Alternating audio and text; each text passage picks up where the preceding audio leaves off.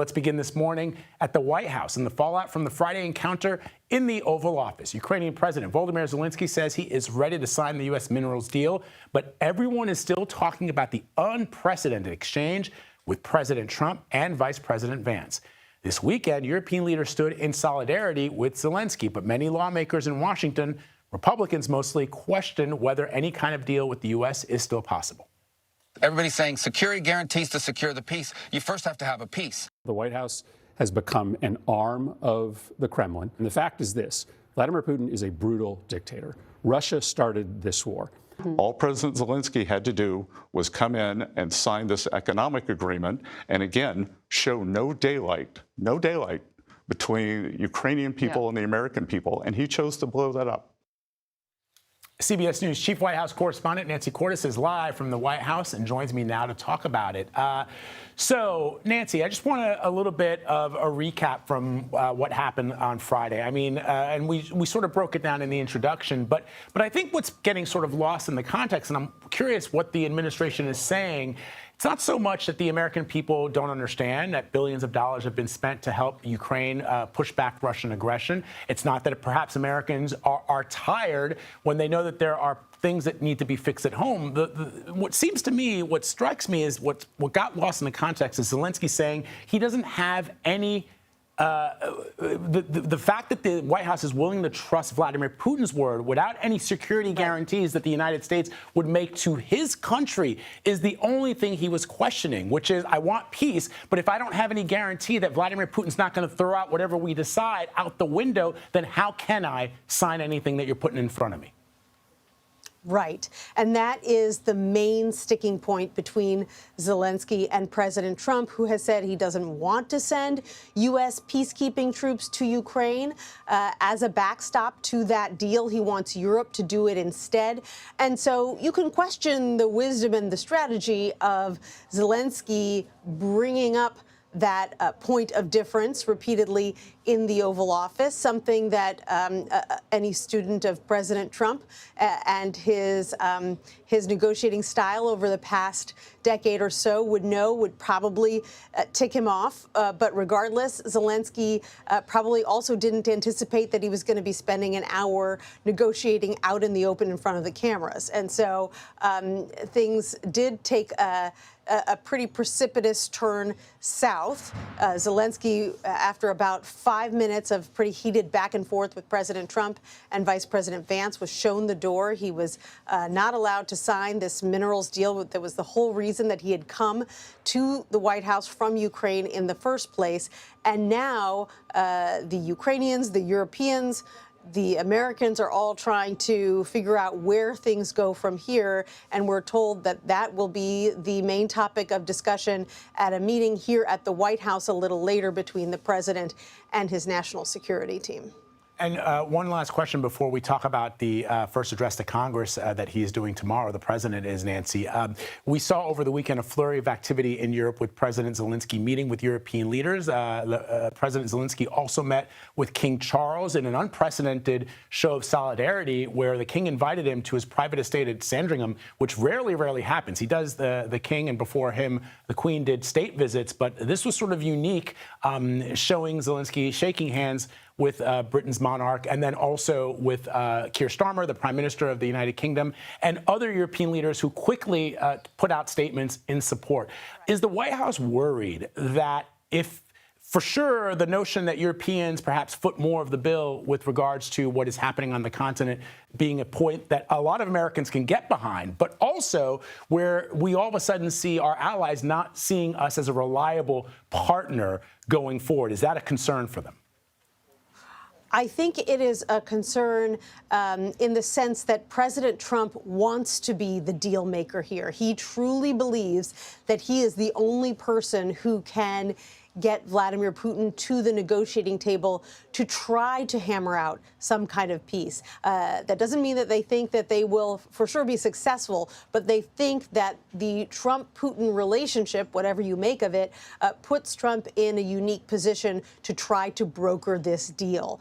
And so they see what's happened in Europe over the weekend. They see European leaders stepping up, showing support for Zelenskyy, regrouping, trying to figure out, okay, do we need to go it alone here? Do we need to try to figure out how to deal with Putin if the U.S. is going to pull back or be erratic?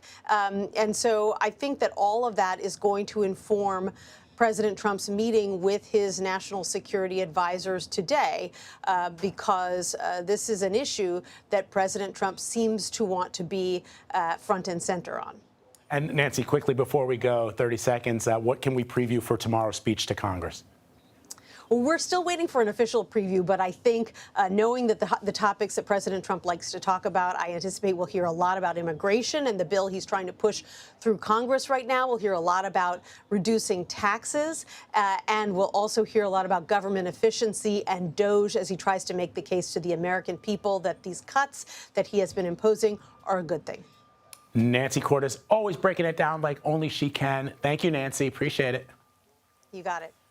All right, let's bring in CBS News foreign correspondent Ramy Inocencio. He's joining me live from London to talk more about this. So as you heard me explaining to Nancy, Ramy, these European leaders that are embracing Zelenskyy, if she gave me the White House perspective, I'm curious what you're hearing from the Europeans. This show of solidarity, a lot of Americans would say, great, those statements are fine. Put your money where your mouth is. Start footing a greater share of the bill because the United States and its people are tired of doing so. What are you hearing about that?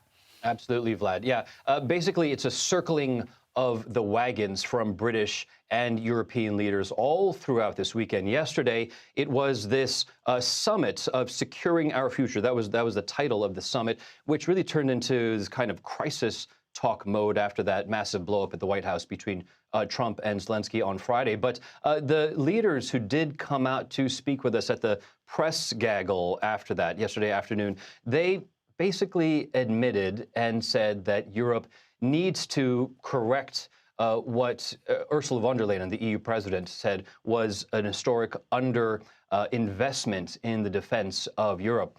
We also saw other leaders come out basically echoing what her sentiment was, in that with the potential that the Trump White House might pull support for Ukraine and potentially Europe, they all had to ante up pushing ahead here. We are looking ahead to what's happening a couple days from now. March 6th on Thursday, there's another EU leaders summit where we expect a defense package to be announced by EU leaders in Brussels. That is for all of the EU, but also inclusive of that, Ukraine and defense budget for Ukraine. Unknown, though, Vlad, right now, is what kind of assistance, how much assistance, what weapons, if any, and really even if it's going to be enough to counter Russia if this war continues to drag on after the past 3 years. And, you know, there's another if the U.S. does pull its support from its historic allies. Yeah, I mean, I get what Nancy was saying, that the president of the United States would like to be seen as bringing peace to the region. But the concern I think that these European leaders have is they know Vladimir Putin very well. Putin can agree to anything. He has in the past agreed to whatever it is that he thinks will get his country out from crushing sanctions, will get him invited back to the G8 summits. But then a year, 2 years later, reneges on the deals that he's agreed to. And that is the concern for the Europeans, which is that he may say yes now and completely act in the opposite fashion down the line. Yeah, absolutely. We're talking about the Minsk deal comes to mind with regards to Ukraine. And the idea there was that Russia would not go back into Ukraine, and here now roughly 20% of Ukraine has been taken over and is now controlled by Russia. But in regards to what are some takeaways from the summit from yesterday, we are seeing a couple things trickle in. First off, British Prime Minister Keir Starmer called it a coalition of the willing. The people you're seeing at the table, the leaders you're seeing at the table, some of them, many of them, are expected to be part of that coalition. We do not know yet who will be among them. Mr. Starmer said that he's going to leave it to those individual governments, but he did basically put the UK first and foremost, being an example of what they could do. Take a listen. The UK is prepared to back this with boots on the ground and planes in the air.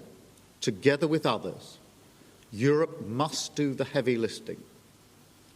But to support peace in our continent and to succeed, this effort must have strong US backing. And just one of the takeaways out of that, he also declared a $2 billion deal, 1.6 billion pounds for Ukraine to buy something like 5,000 air defense missiles. We're seeing aerospace stocks jump on the news here in the United Kingdom, and also out of Germany, some media reports saying that they're now talking about two funds, one for defense and one for aerospace, potentially more than $400 billion. Vlad. Wow. You know, it's fascinating, Ramy, before you go. It strikes me that Keir Starmer it's been how many years now since Brexit, and now the United Kingdom taking the lead on continental matters. It's just sort of remarkable to me that this is happening in the here and now, given that the UK left the European Union some years ago. Ramy Inocencio reporting from London for us this morning. Ramy, as always, your insight analysis, excellent. Thank you, my friend.